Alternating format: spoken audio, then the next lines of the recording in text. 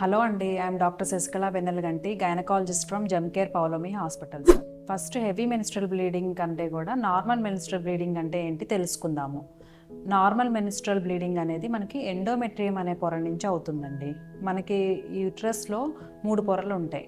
Outer layer సీరోజా అంటాం, middle layer myometrium అంటాం, inner layer endometrium అంటాం. ఈ ఎండోమెట్రియం అనే లేయర్ కనుక షెడ్ ఆఫ్ అయితే దాన్ని పీరియడ్ బ్లీడింగ్ అంటాము. ఈ బ్లీడింగ్ అనేది జనరల్గా 20 to 60 ml ఉంటే నార్మల్ అండి. అంటే per period 60 ml of blood loss వరకు నార్మల్. దానికన్నా ఎక్కువైతే హెవీ మెన్స్ట్రల్ బ్లీడింగ్ అంటాము. లేదు 2 to 5 days వరకు బ్లీడింగ్ అయితే నార్మల్. లేదంటే 2 to 3 pads per day soak అవుతుంది అంటే నార్మల్. దానికన్నా ఎక్స్ట్రా అవుతుంది అంటే కనుక హెవీ మెన్స్ట్రల్ బ్లీడింగ్ అనుకోవాలి. లేదంటే క్లాట్స్ ఫామ్ అవుతున్నా, more than 1 inch clots form అవుతుంటే కనుక మనకి హెవీ మెన్స్ట్రల్ బ్లీడింగ్ అనుకోవాలి. అలా కాకుండా బాత్రూమ్కి వెళ్ళగానే sudden gush of blood pool లాగా వచ్చింది అంటే కనుక అది కూడా హెవీ మెన్స్ట్రల్ బ్లీడింగ్ అనుకోవాలి. Causes of heavy menstrual bleeding తెలుసుకుందాము.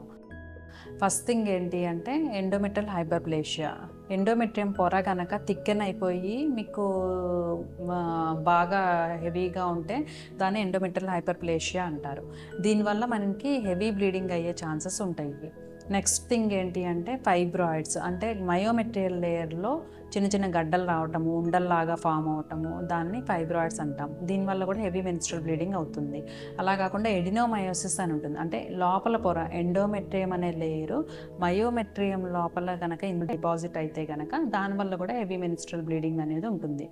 సో వీటిలో ఏ కాజెస్ ఉన్నా కూడా, లేదు హార్మోనల్ ఇంబ్యాలెన్సెస్ లైక్ థైరాయిడ్ ఉన్నా, లేకపోతే పీసీఓడి ప్రాబ్లం ఉన్నా, ఇర్రెగ్యులర్ పీరియడ్స్ ఉండి 2-3 months తర్వాత బ్లీడింగ్ అవుతున్నా కూడా మనకి హెవీ మెన్స్ట్రల్ బ్లీడింగ్ అనేది కనిపిస్తుంది. సో ఈ కాజెస్ అనేవి ఫస్ట్ ఐడెంటిఫై చేసుకోవాల్సి ఉంటుంది.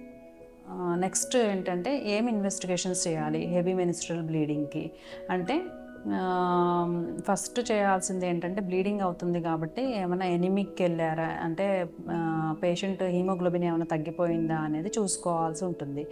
అది 12 to 14 grams ఉంటే ఓకే, నార్మల్ హీమోగ్లోబిన్ అన్నట్టు లెక్క. అలా కన్నా తక్కువగా 8-9 grams ఉంది అంటే కనుక హెవీ మెన్స్ట్రల్ బ్లీడింగ్ అవుతుంది, పేషెంట్ ఎనీమియాలోకి వెళ్తున్నారు అని అర్థము. సో దానికి ట్రీట్మెంట్ అది చేసుకోవాల్సి ఉంటుంది. నెక్స్ట్ హార్మోనల్ ఇంబ్యాలెన్సెస్ ఏమైనా ఉన్నాయా అంటే థైరాయిడ్ ఏమైనా ఉందా, లేకపోతే పీసీఓడి ఏమైనా ప్రాబ్లం ఉందా అనేది చూసుకోవాల్సి ఉంటుంది. థైరాయిడ్ లెవెల్స్, టీఎస్హెచ్ లెవెల్స్ కనుక కొంచెం పెరిగినా కొంచెం తగ్గినా కూడా దీనివల్ల కూడా హెవీ మెన్స్ట్రల్ బ్లీడింగ్ అవుతుంది.